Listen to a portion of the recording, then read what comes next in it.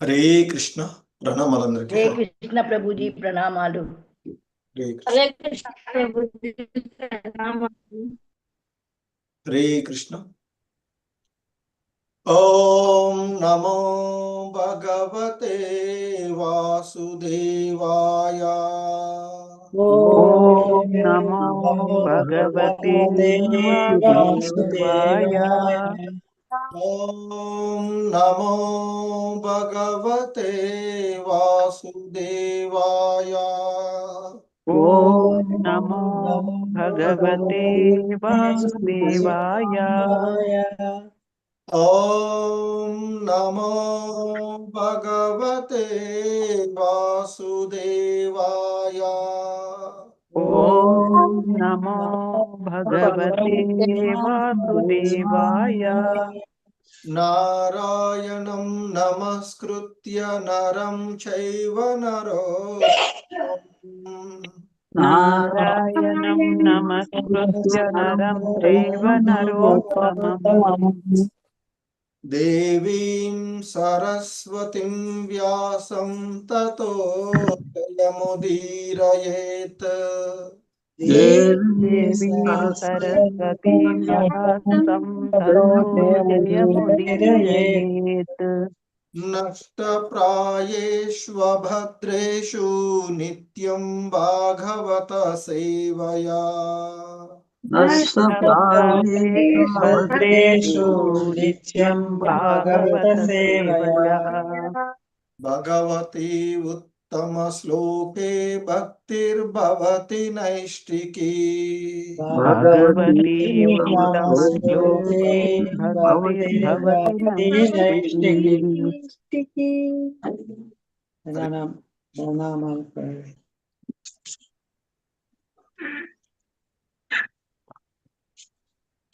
So ఈరోజు శ్రీమద్ భాగవతం క్లాస్కి అందరికీ కూడా ఇస్కాన్ మంగళూరు శ్రీ శ్రీ రాధా గోవింద ఆలయం తరపున స్వాగతం సుస్వాగతం. ఈ నిత్యం భాగవత సేవయ అనేటువంటి ఈ క్లాస్లో మనము శ్రీమద్ భాగవతము 4వ స్కందము 7వ అధ్యాయము దక్షిణి చేత యజ్ఞ నిర్వహణము అనేటువంటి ఈ అధ్యాయంలో ఈరోజు 34వ శ్లోకాన్ని ఇస్కాన్ సంస్థాపక ఆచార్యులైనటువంటి శ్రీల ప్రభుపాదుల వారి యొక్క వివరణం ద్వారా ఈ శ్లోకాన్ని అవగాహనం చేసుకోవడానికి ప్రయత్నం చేద్దాము. హరే కృష్ణ.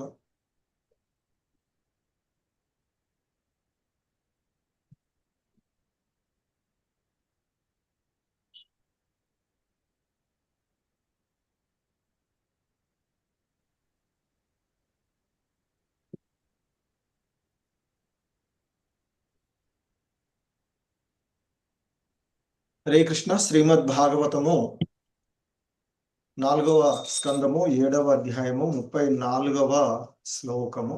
హరే కృష్ణ. Please repeat. ఋషయ ఊచుః ఋషయ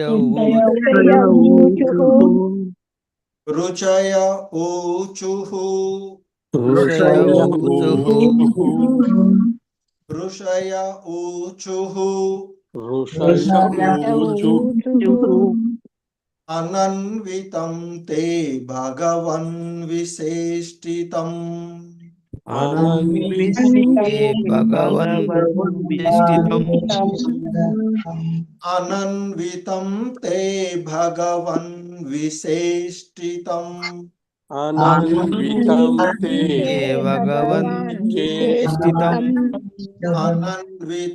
తే భగవన్ విశేష్టితం.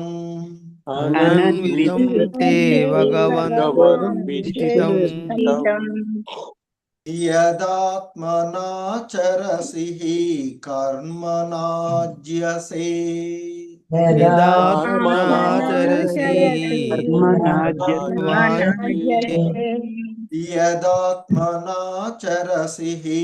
కర్మణాజ్యసే.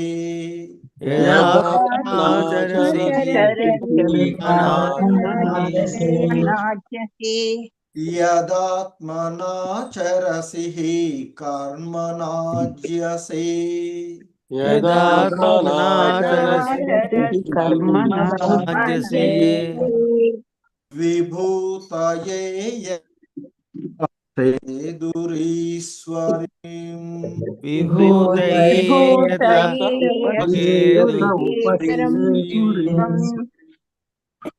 విభూతయే యత ఉపసేదురీశ్వరీం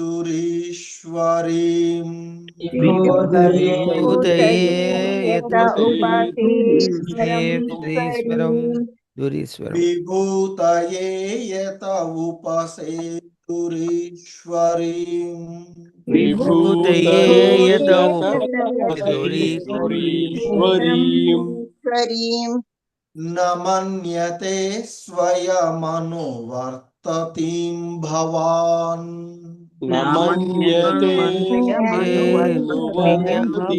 అనువర్తతి భవాన్ న మన్యతే స్వయమనువర్తతిం భవాన్ నమన్యతే స్వయం అనువర్తతి భవాన్ న మన్యతే స్వయమనువర్తతిం భవాన్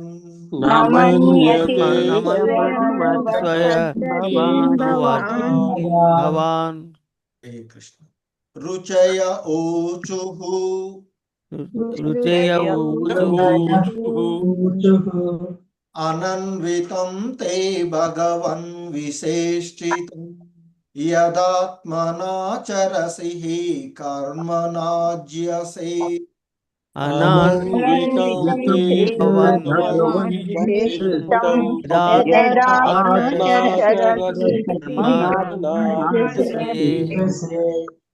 అనన్వితం తే భగవన్ విశేష్టితం యదాత్మనాచరసి కర్మణాజ్యసే అనాన్వితం భగవన్నితం యదాత్మనాచరసి కర్మణాజ్యసే విభూతయే యత ఉపసేదురీశ్వరీం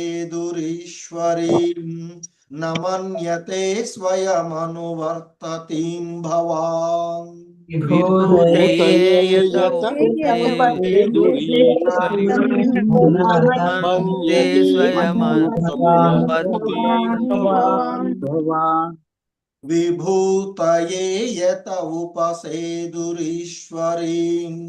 న మన్యతే స్వయమనువర్తతిం భవాన్ విభూతయే యత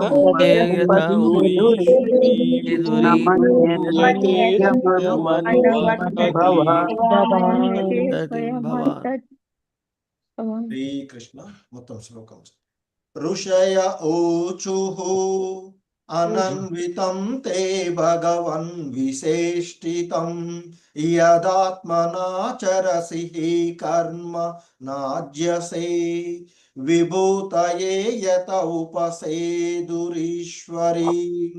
న మన్యతే స్వయమనువర్తతిం భవాన్ అనంతితం తే భగవన్ విశేషితం యదాత్మనాచరసి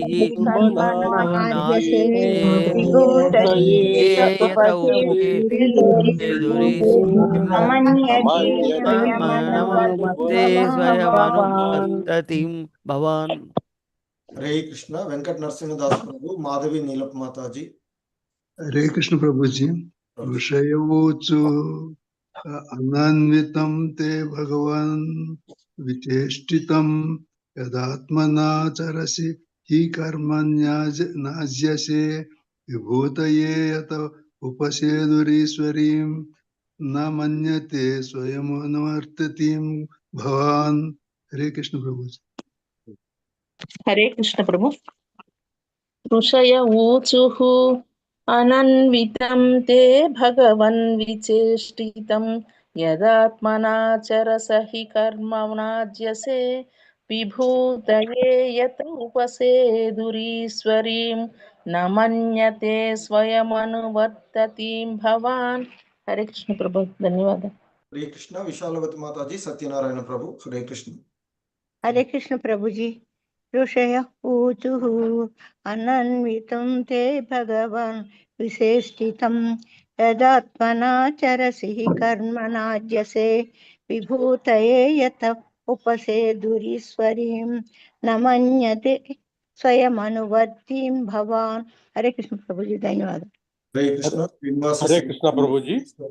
హరే కృష్ణ ప్రభు చదువు. ఋషయ ఊచుః అనన్వితం తే భగవన్ విచేష్టితం యదాత్మనా చరసి కర్మణాజ్యసే విభూతయే యత ఉపసేదురీశ్వరీం నమన్యతే స్వయమనువర్తతీం భవాన్.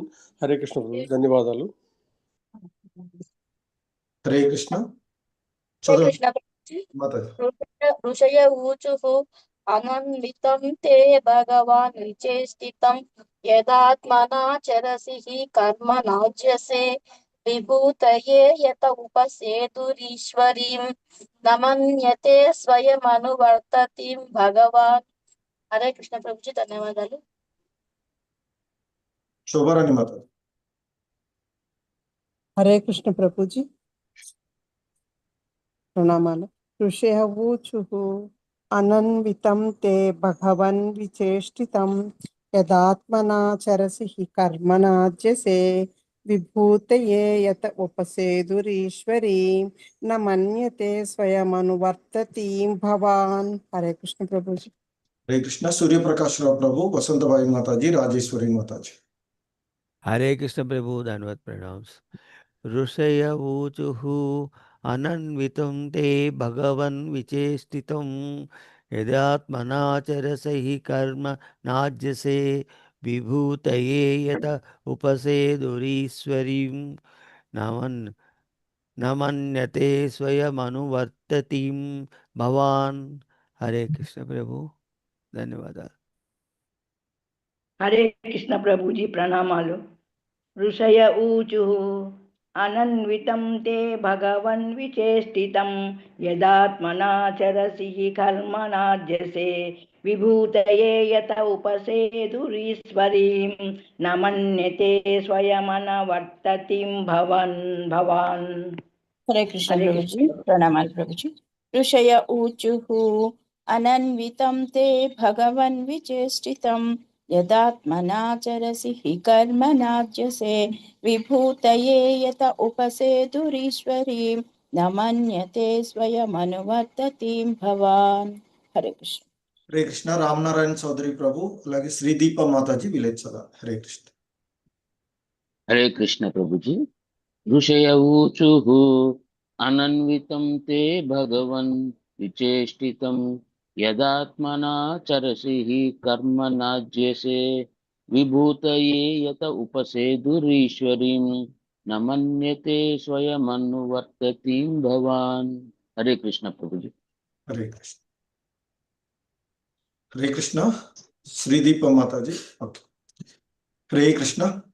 సో ఈ శ్లోకంలో ఉన్నటువంటి పదాల యొక్క అర్థాలను చూద్దాము, అలాగే భావము. హరే కృష్ణ.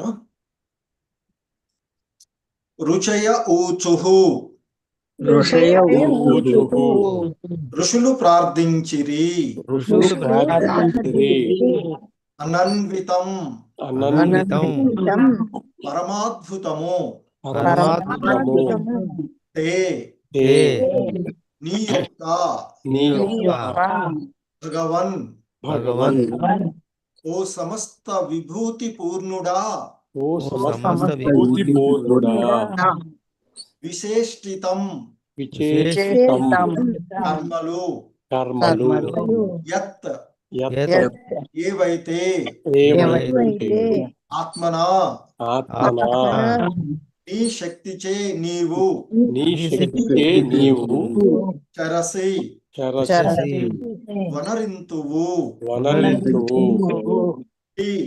ఈ నిక్కముగా లెక్కముగా కర్మ కర్మ అట్టి కర్మల ఎడ అట్టి కర్మల ఎడ నా అజ్యసే అజ్యసే నీవు ఆసక్తుడవు కావు నీవు ఆసక్తి కావు అంటబడవు అంటబడవు పడవు విభూతయే విభూతయే ఆమె కరుణ కొరకు ఆమె కరుణ కొరకు యతః యతః ఎవ్వరి నుండి ఎవరి నుండి ఉపసేదుహు ఉపసేదుహు పూజింతురో పూజింతురో ఈశ్వరీం ఈశ్వరీం లక్ష్మీదేవి లక్ష్మీదేవి నమన్యతే నమన్యతే ఆసక్తుడవు కావు ఆసక్తుడు కావు స్వయం స్వయం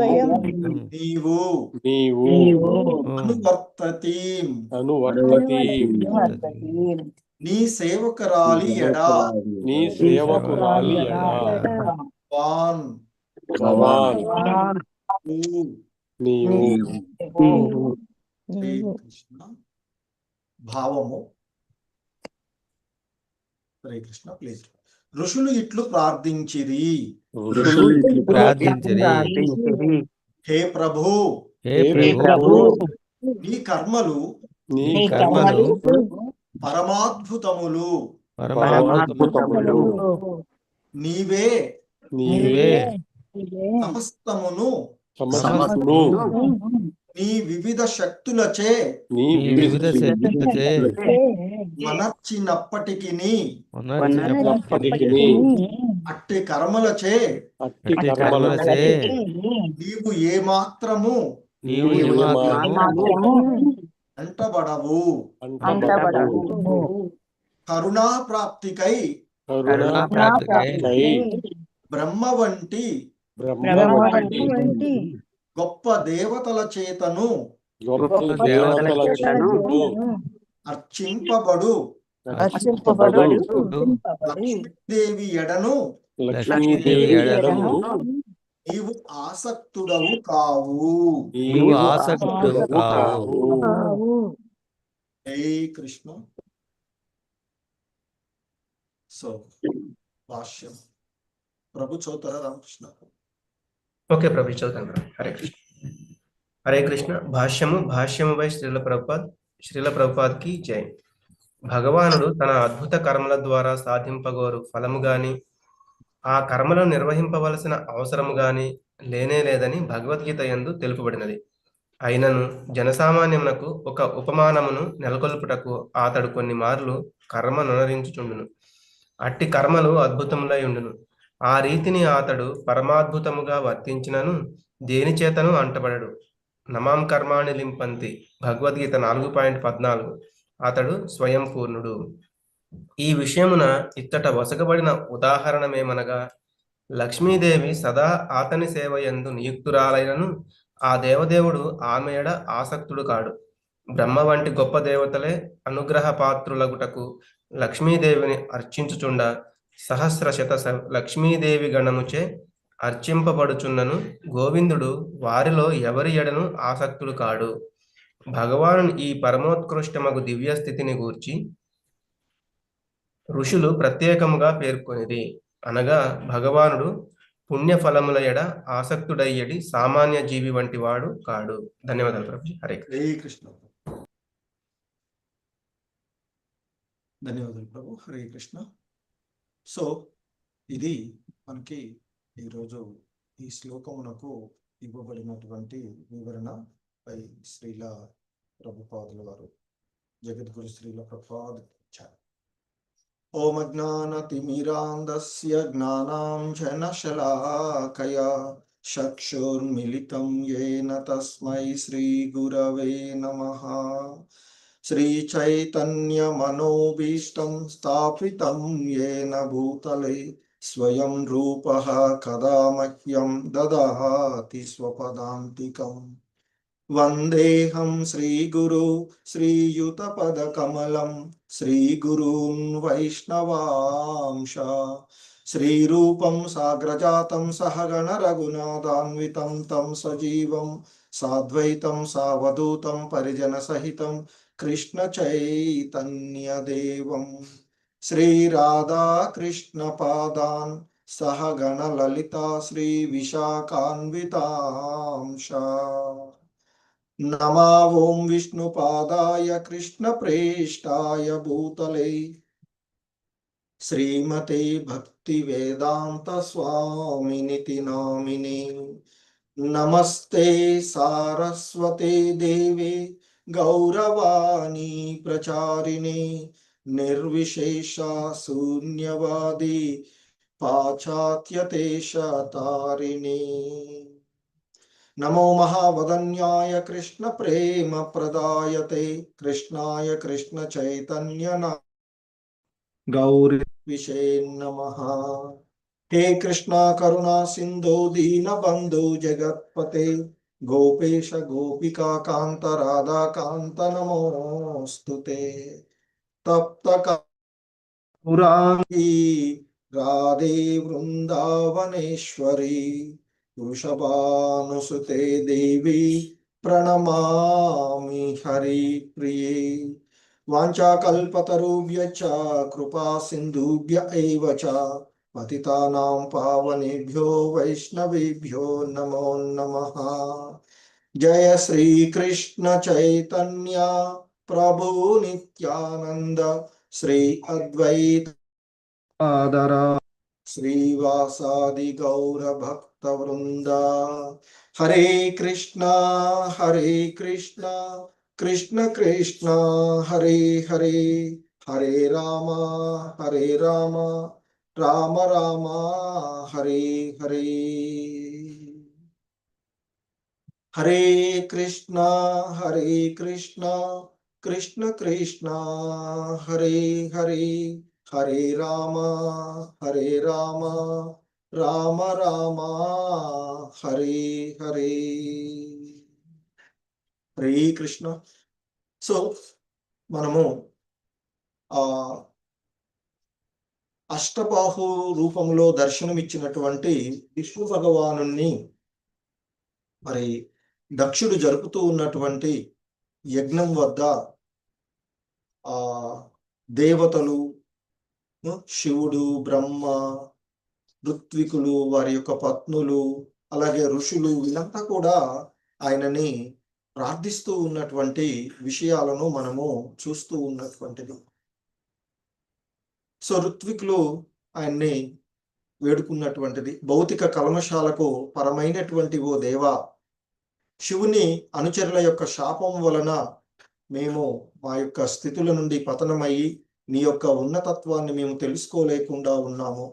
కామ్యకర్మ రతులమై ఉన్నటువంటి మమ్మల్ని ఉద్ధరించుమంటూ వాళ్ళు వేడుకోవడము. తదుపరి ఆ సదస్సులో ఉన్నటువంటి వాళ్ళందరూ కూడా మరి దుఃఖమయమైన జీవన విధానం నెలకొనేటువంటి సర్వులకు మరి నిలయమైనటువంటి నీవు మరి మేము ఈ భౌతిక జగత్ లో ఉండిపోయి ఆ కాల సర్పం చేత కాటు వేయబడుతూ ఉన్నటువంటి వాళ్ళము, అలా అనురక్తులమై ఈ భౌతిక బద్ధ జీవనమునందు ఉన్నటువంటి వాళ్ళము, ఎప్పుడు ఈ శోకాగ్ని నుండి బయటపడతామో ఎరగజాలకు ఉన్నటువంటి వాళ్ళమంటూ వాళ్ళు మమ్మల్ని అనుగ్రహింపు అంటూ వేడుకోవడము. తదుపరి శివుడు కూడా నేనెప్పుడు నీ పాదపద్మాల సెంతనే మనసును లగ్నము కావించి మరి ఉంటాను. ఆ సందర్భంలో నేను నా కర్మలు పవిత్రము కావు అని దూషించేటువంటి వాళ్ళ గురించి నేను కలత చెందను, అటువంటి ఫలాలను నేను పట్టించుకొనను. వారి ఎడ నీవు ఏ విధంగా అయితే కరుణ చూపుతూ ఉంటావో ఆ విధంగా నేను కూడా వారి ఎడ కరుణతో వారిని క్షమించి వేస్తాను అంటూ శివుడు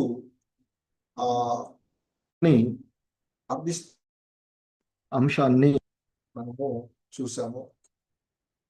తదుపరి బ్రహ్మ దేవుడు కూడా ఆయనని, తర్వాత భృగువు, తర్వాత బ్రహ్మదేవుడు, ఇక్కడ ఉన్నటువంటి ఇంద్రుడు, తరువాత నిన్న మనం చూసినటువంటి ఋత్వికుల యొక్క పత్నులు ఆ దేవదేవుని గురించి కీర్తిస్తూ ఉన్నటువంటి అంశాలను మనము చూసినటువంటిది.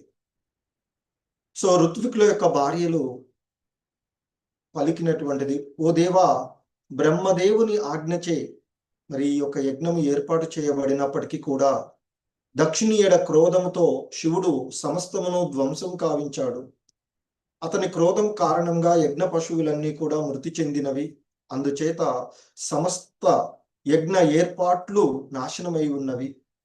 ఇప్పుడు నీ యొక్క సుందరమైన కమల నయన వీక్షణముల చేత ఈ యజ్ఞస్థలి పవిత్రము చేకూరుతుందిగాక అంటూ అక్కడున్నటువంటి అందరినీ ఉద్ధరించమని వారు వేడుకున్నటువంటి అంశాలను పూర్వపు శ్లోకంలో మనము చూసినటువంటిది. ఎందుకంటే సమస్త యజ్ఞాలకు పరమ అవధి అయినటువంటి విష్ణు భగవానుడు తన యొక్క కృపా దృష్టి చేత ఆ యజ్ఞస్థలి పవిత్రం కావాలని, ఆ యజ్ఞ స్థలమును ఆయన వీక్షించవలెనని, తద్వారా యజ్ఞ కార్యం తిరిగి కొనసాగింప కలదని ఆ ఋత్వికుల యొక్క పత్నుల యొక్క ప్రార్థనల సారాంశంగా ఉన్నటువంటిది. శ్రీల ప్రభుపాలు వారు చెప్తూ ఉన్నటువంటి అంశంగా మనకి మరి ఆ జంతువులను అనవసరంగా వధించదు అనేటువంటి అంశం కూడా వారు నిన్నటి, ఎందుకంటే ఆ యజ్ఞాలయందు జంతువులను వధించడము అంటే జంతు బలి అనేటువంటిది వాటికి ఉన్నతమైనటువంటి స్థితిని వసగడానికే ఉన్నటువంటిది తప్ప అన్యంగా కాదు అనేటువంటి విషయాన్ని ఆయన తెలియచేస్తూ మనకి చెప్పినటువంటి విషయాలు మనము నిన్నటి శ్లోకంలో చూసినటువంటిది. హరే కృష్ణ.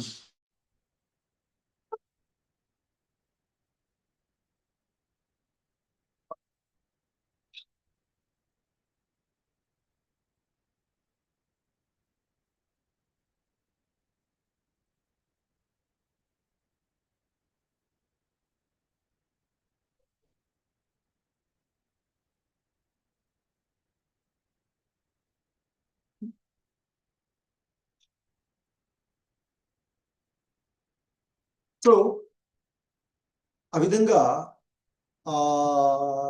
ఋత్వికుల యొక్క పత్నులు మరి ఆ విష్ణు భగవానుని ప్రార్థించినటువంటి అంశాలను మనము నిన్నటి శ్లోకంలో చూసినటువంటిది. సో ఇక ఈరోజు శ్లోకంలో ఆ రుచులు ఎవరైతే ఉన్నారో ఋషులు వారు ఆ భగవంతుణ్ణి ప్రార్థించినటువంటి ప్రార్థన గురించి ఇక్కడ మనకి ప్రస్తావించబడుతూ ఉన్నటువంటి అంశం. హరే కృష్ణ. సో మరి ఇక్కడ ఋషులు ఏమి అంటున్నారో ఈ శ్లోకంలో చూద్దాము. హరే కృష్ణ. మరి ఋషయ ఓచుః అనన్వితం తే భగవన్ విశేష్టితం యదాత్మనాచరసి కర్మనాజ్యసే విభూతయే యత ఉపసేదురీశ్వరీం నమన్యతే స్వయమనువర్తతిం భవాన్. సో ఆ ఋషులు అక్కడ ఆ యజ్ఞ స్థలమునందు దక్షుడు నిర్వహిస్తూ ఉన్నటువంటి యజ్ఞం నందు ప్రత్యక్షమైనటువంటి ఆది నారాయణుడు అయినటువంటి అష్టబాహులతో దర్శనమిచ్చినటువంటి ఆ విష్ణు భగవానుని ఋషులు ఈ విధంగా ప్రార్థిస్తూ ఉన్నారట. హే ప్రభు, నీ కర్మలు పరమాద్భుతములు. మరి భగవంతుని యొక్క కర్మలన్నీ కూడా దివ్యమైనటువంటివి, పరమోత్కృష్టమైనటువంటి కర్మలు. ఆయన ఏది జరిపినా అది పరిపూర్ణమైనటువంటిది, పరమ అద్భుతమైనటువంటి కర్మలుగానే కీర్తించబడేది. అందుకే ఋషులు చెప్తూ ఉన్నటువంటి అంశము, నీ యొక్క కర్మలు ఎంతో అద్భుతములు అయినటువంటివి. మరి నీవే ఈ సమస్తమును భౌతిక ఆధ్యాత్మిక జగత్తులన్నింటినీ నీ యొక్క వివిధ శక్తుల చేత వనర్చినప్పటికీ కూడా నీవు అట్టి కర్మల చేత ఏమాత్రము అంటబడవు. సో అట్టి కర్మల చేత అంటే నీ యొక్క శక్తుల చేతనే ఈ జగత్తులో జరిగేటువంటివన్నీ కూడా జరుగుతూ ఉన్నప్పటికీ మరి వాటిలో దేనితో కూడా నీవు అనురక్తులు కావు, అంటబడవు అనేటువంటి విషయాన్ని ఇక్కడ వాళ్ళు చెప్తూ ఉన్నటువంటిది. ఇంకా చెప్తున్నారు ఆయన వారు ఆ ఋషులు, కరుణ ప్రాప్తికై బ్రహ్మ వంటి గొప్ప దేవతల చేతను అర్చింపబడు లక్ష్మీదేవి ఎడ కూడా నీవు ఆసక్తుడవు కావు. ఆ లక్ష్మీదేవి నిరంతరము ఆయన యొక్క పాద సేవన చేస్తూ ఆయనతోనే ఉంటూ నిరంతరము ఆయన పాద సేవన చేస్తూ ఉంటుంది. మరి ఆయన ఆ భగవంతుడు లక్షలాదిగా లక్ష్ముల చేత పూజించబడేటువంటి వాడు. మరి కానీ మనం ఏం చేస్తాం, ఈ భౌతిక జగత్తులో కానీ బ్రహ్మ వంటి గొప్ప గొప్ప దేవతలు వంటి వారు కూడా మరి ఆ లక్ష్మీమాతని ఆమె యొక్క కటాక్షం కొరకు, ఆమె కరుణా ప్రాప్తి కొరకై బ్రహ్మ వంటి గొప్ప గొప్ప దేవతలు కూడా అర్చించేటువంటి లక్ష్మీమాత నీ పాద పద్మాల ఎడ ఉండి నిరంతరము సేవ చేస్తూ ఉన్నా. సో ఆ లక్ష్మి ఎడ నీవు అంటే సంపదల ఎడ, ఐశ్వర్యాల ఎడ నీవు ఆసక్తుడవు కావు. ఎందుకంటే సర్వశక్తి సంపూర్ణుడు, సర్వ ఐశ్వర్య పూర్ణుడైనటువంటి వాడు ఆయన. సో ఆ విధంగా ఋషులు ఆ భగవంతుని యొక్క కర్మలను గురించి, ఆ భగవంతుడు ఏ విధంగా ఈ సమస్త జగత్తును నడుపుతూ ఉన్నాడో అనేటువంటి విషయము, అలా చేస్తూ ఉన్నప్పటికీ కూడా ఆ భగవంతుడు ఆసక్తుడు కాడు అనేటువంటి విషయాన్ని మనకి ఇక్కడ తెలియచేయబడుతూ ఉన్నటువంటి అంశాన్ని మనము చూస్తూ ఉన్నటువంటిది. సో మరి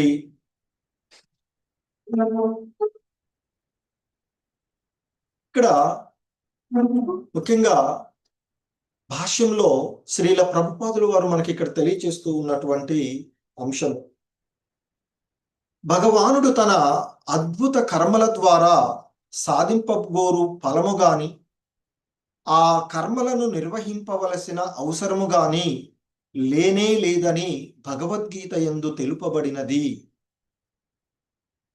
అయినను జనసామాన్యమునకు ఒక ఉపమానమును నెలకొల్పుటకు అతడు కొన్ని మార్లు కర్మలను వనరించుచుండును, అట్టి కర్మలు అద్భుతములై ఉండును అను చెప్పబడుతుంది. మరి వాస్తవానికి భగవద్గీతలో శ్రీకృష్ణ భగవానుడే చెప్తూ ఉంటుంటారు. ఎందుకంటే ఆయన ఈ చాతుర్వర్ణ్యం మయా సృష్టం గుణకర్మ విభాగశః అంటూ ఆయన చెప్తారు. ప్రకృతి గుణాలు వాటితో కూడి ఉండేటువంటి కర్మలను అనుసరించి మానవ సంఘంలోని 4 వర్ణాలు నాతినే సృష్టించబడినాయి. తస్య కర్తారమపి మాం విద్యం అంటూ ఆయన చెప్పేటువంటి విషయాన్ని మనము భగవద్గీతలో చూస్తాం. ఎందుకంటే మరి నేనే ఈ విధానానికి సృష్టికర్తను అయినప్పటికీ కూడా ఇది ఈ మరి 4 వర్ణాలు నా చేతనే చెప్పబడుతూ ఉన్నప్పటికీ కూడా, నేను ఈ విధానానికి సృష్టికర్తను అయి ఉన్నప్పటికీ కూడా మార్పు లేని వాడను నేను, అకర్తగానే నీవు తెలుసుకోవాలి అర్జున అని చెప్తున్నాను. ఎందుకంటే ఆ భగవానుడే సమస్తానికి సృష్టికర్త. మరి ఇక్కడ ఋషులు కూడా అదే విషయాన్ని ప్రస్తావిస్తూ చెప్తూ ఉన్నటువంటిది. నీ కర్మలు మహా అద్భుతాలు, పరమాద్భుతాలు, నీవే సమస్తమును నీ యొక్క వివిధ శక్తుల ద్వారా వననిచ్చినప్పటికీ అని ఆ ఋషులు ఆ భగవంతుని ఆ విధంగా కీర్తిస్తూ ఉన్నటువంటి విషయాన్ని చూస్తూ ఉన్నారు.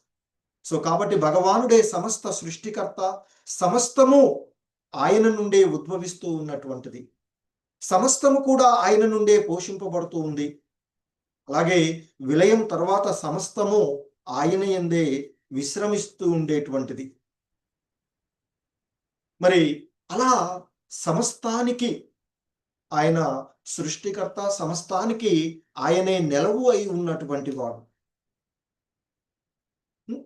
మరి అటువంటి ఆ భగవానుడు మరి చెప్తూ ఉన్నటువంటి, ఎందుకంటే ఆయన భగవద్గీత 4వ అధ్యాయంలోని 14వ శ్లోకంలో మనకి శ్రీల ప్రభుపాదులు వారు గుర్తు చేస్తున్నట్లుగా ఆయన చెప్తారు, నమాం కర్మాని లిప్మమంతి నమే కర్మ ఫలే స్పృహ ఇతి మాం యో అభిజానాతి కర్మ విర్నస బధ్యతే అని చెప్పబడినటువంటిది. సో మరి నన్ను ప్రభావితం చేసేటువంటి కర్మ అంటూ ఏదీ లేదు అంటూ సాక్షాత్తు భగవంతుడే చెప్పినటువంటిది. నేను కర్మ ఫలాలను కోరను,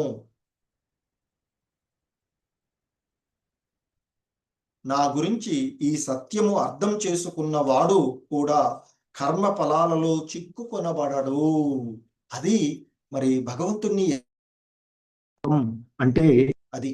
సో ఆ భగవంతుని యొక్క తత్వాన్ని, ఆ పరతత్వాన్ని పరిపూర్ణంగా యథార్థంగా అర్థం చేసుకున్నటువంటి వాడు ఎవడైతే ఉన్నాడో వాడు ఈ మోహ బంధనాలలో చిక్కుకొనడు అనేటువంటిది ఆ భగవంతుడే చెప్పినటువంటి అంశము భగవద్గీత యందు.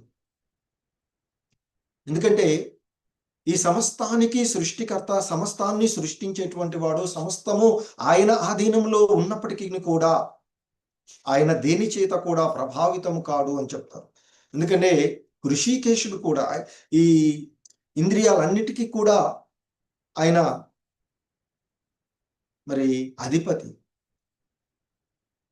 సో కాబట్టి ఆయన ఆధీనంలోనే ఉండేటువంటివన్నీ కూడా ఆయన దేని చేత కూడా ప్రభావితుడు కాడు. అందుకే మనకి శ్రీల ప్రభుపాదులు వారు చెప్తారు భగవద్గీత భాష్యంలో, రాజు తప్పు చేయడు లేదా రాజు ప్రభుత్వ చట్టాలకు అతీతుడని భౌతిక ప్రపంచంలోని రాజ్య శాసనాలు చెప్పినట్లే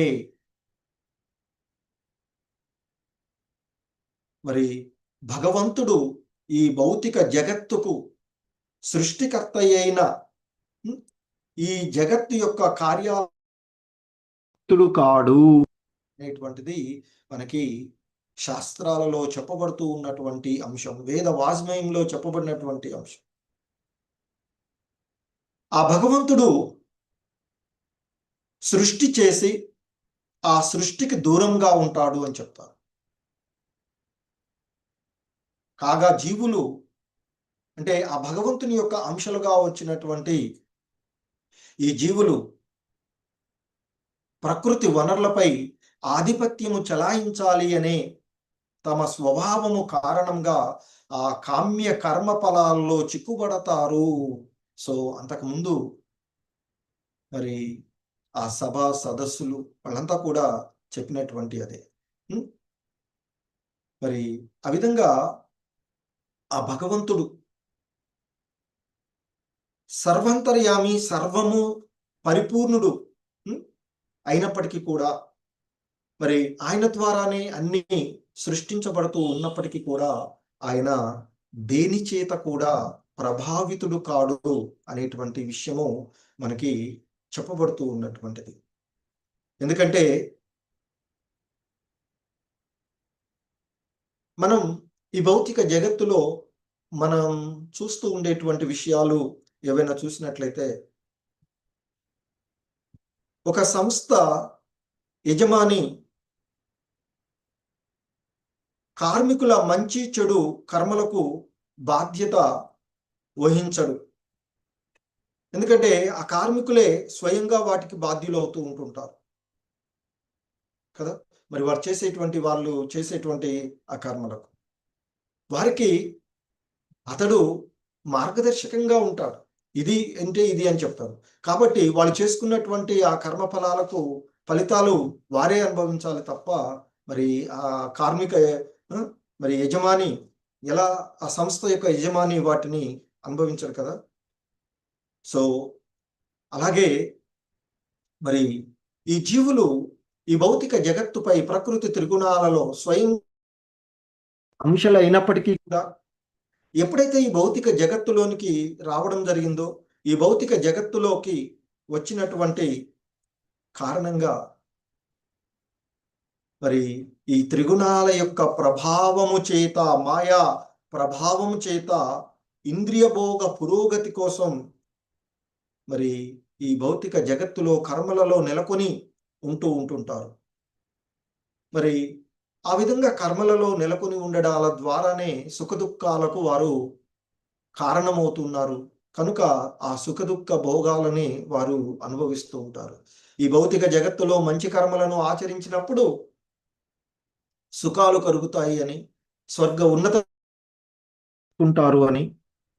ఒకవేళ చెడు కర్మలను ఆచరించినట్లయితే వాటి యొక్క ఫలితాలుగా ఉండి మరి వాటి చేత వాళ్ళు ప్రభావితులై ఆ అధమలోకాలకు వారు చేరుకునేటువంటి పరిస్థితి ఉంటుంది.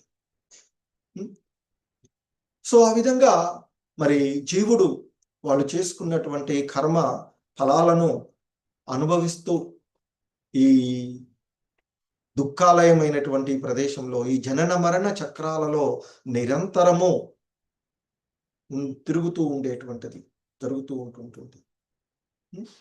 సో మరి వాస్తవానికి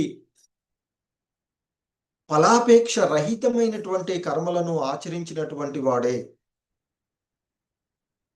అంటే తాను చేసే కర్మలకు ఫలాలను వాంఛించని వాడు ఆ భగవంతుని యొక్క కరుణకు పాత్రుడవుతూ ఉంటుంటాడు.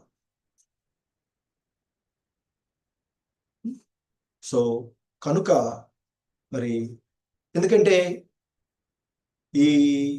ఇక్కడ మనము పొందేటువంటి జ్ఞానాలు భౌతికమైనటువంటిది, ఆధ్యాత్మికమైనటువంటి జ్ఞానం. మరి భౌతికమైనటువంటిది ఏదైనా అశాశ్వతమైనటువంటిదే, మరణంతో అది అంతమయ్యేటువంటిది, పరిసమాప్తమయ్యేటువంటిది. ఎందుకంటే ఈ భౌతిక జగత్తులో మనం ఏది పొందినా, ఏది చేసుకున్నా ఈ స్థూల శరీరాన్ని వదిలివేయగానే అది ఇక్కడే వదిలిపోయేటువంటిది. ఈ దేహాత్మ భావనలో ఉండి మనం చేసేటువంటిది ఏదైనా కదా. సో ఏది మనతో వస్తుంది అంటే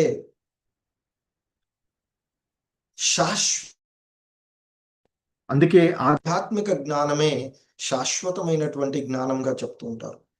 సో కనుకనే ఆధ్యాత్మికంగా ఏ కొద్దిగా మనము పురోభివృద్ధి చెందినా అది మన జీవితంలో అంటే తదుపరి కూడా మనతో పాటు వచ్చేటువంటిది.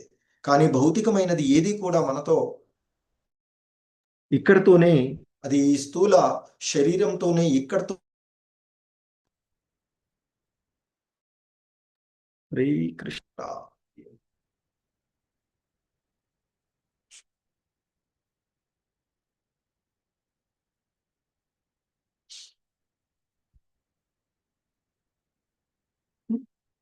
మరి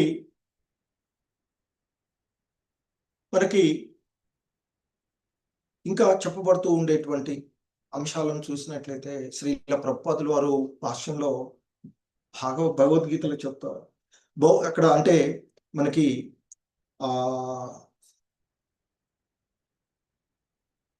భగవంతుడు భౌతికమైనటువంటి కలాపాలకు అలాగే ఫలాలకు అతీతుడైనటువంటి వాడు. ఎందుకంటే ఈ భూమి పైన నానా రకాలైనటువంటి వృక్ష వాటికి ఆ వర్షము కారణము. మరి అట్టి వర్షం లేకుండా వృక్షాలు పెరిగే అవకాశమే లేదు అని చెప్తారు. ఎందుకంటే ఏదైనా కానీ అది ఆ భగవంతుని యొక్క కృప ద్వారానే, అంటే భగవంతుడు సమకూర్చినటువంటి వాటి ద్వారానే ఒక్కొక్కటి జరుగుతూ ఉండేటువంటిది. మరి భౌతిక సృష్టిలలో కేవలము భగవంతుడే పరమ కారణకుడు అని చెప్పబడుతూ ఉన్నటువంటిది. ప్రకృతి నిమిత్త కారణమే. ఎందుకంటే ఆ భగవంతుని మార్గదర్శకంలో పనిచేసేటువంటి దేవతలు, వరుణదేవుడు కానీ, వాయుదేవుడు కానీ, లేదా సూర్యదేవుడు ఈ విధంగా వెలుతురు ఇవ్వడము, వర్షాలను కురిపించడము, గాలిని ఇవ్వడము, వాటి ద్వారానే కదా జరుగుతుంది. సో ఈ భౌతిక ప్రకృతి నిమిత్త కారణం, పరమకారకుడు మాత్రము ఆ భగవంతుడు మాత్రమే. సో మరి అందుకే ఆ జగత్తు దాని నుండే జగత్తంతా కూడా గోచరం అవుతుంది అని చెప్తుంటారు. సృష్టించబడినటువంటి జీవులు, దేవతలు, మానవులు, అల్ప జంతువులు వంటి నానా రకాలైనటువంటి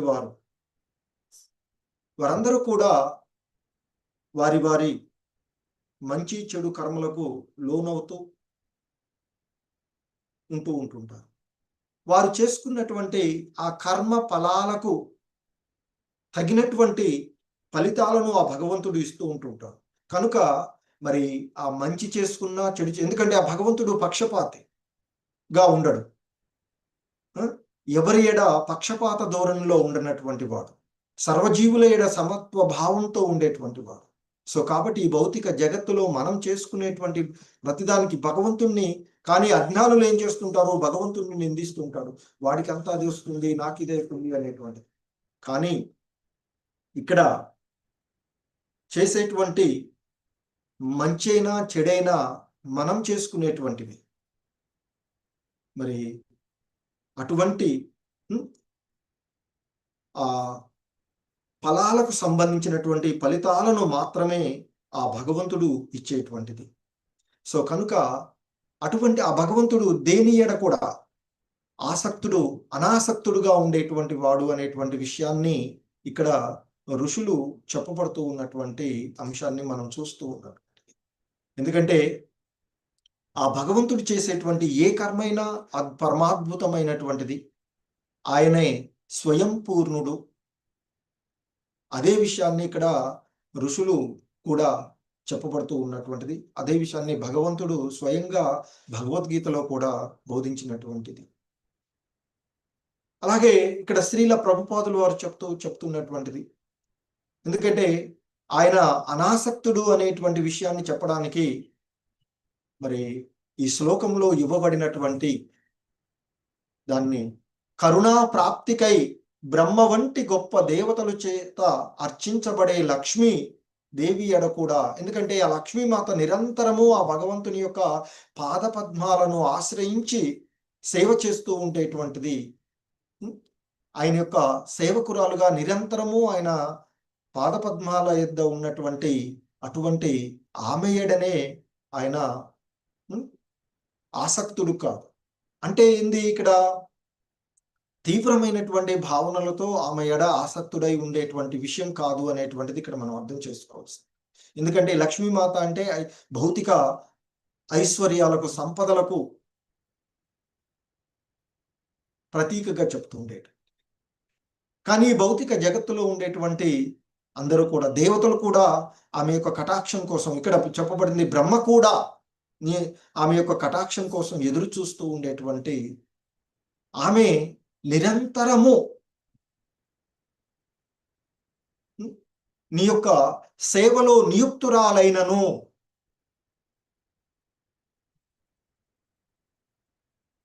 ఆ దేవదేవుడు ఆమె ఎడ ఆసక్తుడు కాడు అనేటువంటిది. బ్రహ్మ వంటి గొప్ప దేవతలే ఆమె యొక్క అనుగ్రహ పాత్రులవటానికి ఎంతో ఆతృతతో ఆమెకు సేవలు అర్చిస్తూ ఉంటుంటారు. ఆమెని ప్రసన్నురాలను చేసుకోవడానికి ప్రయత్నం చేస్తూ ఉంటుంటారు. కానీ మరి బ్రహ్మే కీర్తించినట్లుగా సహస్రశత లక్ష్మీదేవి గణం చేత అర్చించబడేటువంటి ఆ గోవిందుడు, సో వారిలో ఎవ్వరి ఎడ కూడా ఆసక్తుడు కాడు. అది భగవంతుని యొక్క పరిపూర్ణ తత్వము అని ఇక్కడ చెప్పబడుతూ ఉన్నటువంటిది. సో అటువంటి ఆ భగవానుని యొక్క ఆ దివ్య స్థితిని, ఆ పరమోత్కృష్టమైనటువంటి దివ్యమైనటువంటి స్థితిని గురించి ఇక్కడ ఋషులు ప్రత్యేకంగా పేర్కొనబడి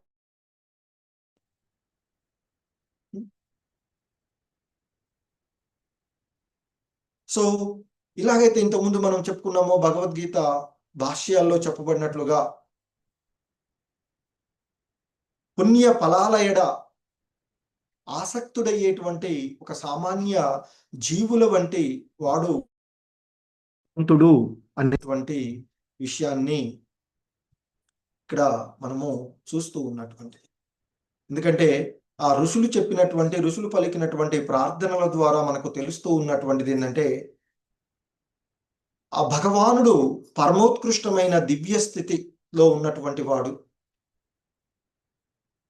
మరి అటువంటి భగవానుడు ఈ పుణ్య పాప ఫలాల ఎడ, ముఖ్యంగా పుణ్య ఫలాల ఎడ ఆసక్తుడు అయ్యేటువంటి, ఎక్కువగా ఈ బద్ధజీవులు పుణ్య ఫలాలను చేస్తూ ఉన్నతమైనటువంటి లోకాలకు చేరుకోవాలి అనేటువంటి భావనలతో స్వర్గలోక ప్రాప్తికి లేదా ఉన్నత లోకాల ప్రాప్తికి అని ఆ పుణ్య ఫలాల ఎడ ఆసక్తి అయ్యేటువంటి సామాన్య జీవుని వంటి వాడు కాడు ఆ భగవంతుడు అనేటువంటి విషయము ఋషులు పలికినటువంటి ప్రార్థనల ద్వారా తెలుస్తూ ఉంది అని మనకి శ్రీల ప్రభుపాదులు వారు చెప్తూ ఉన్నట్టు.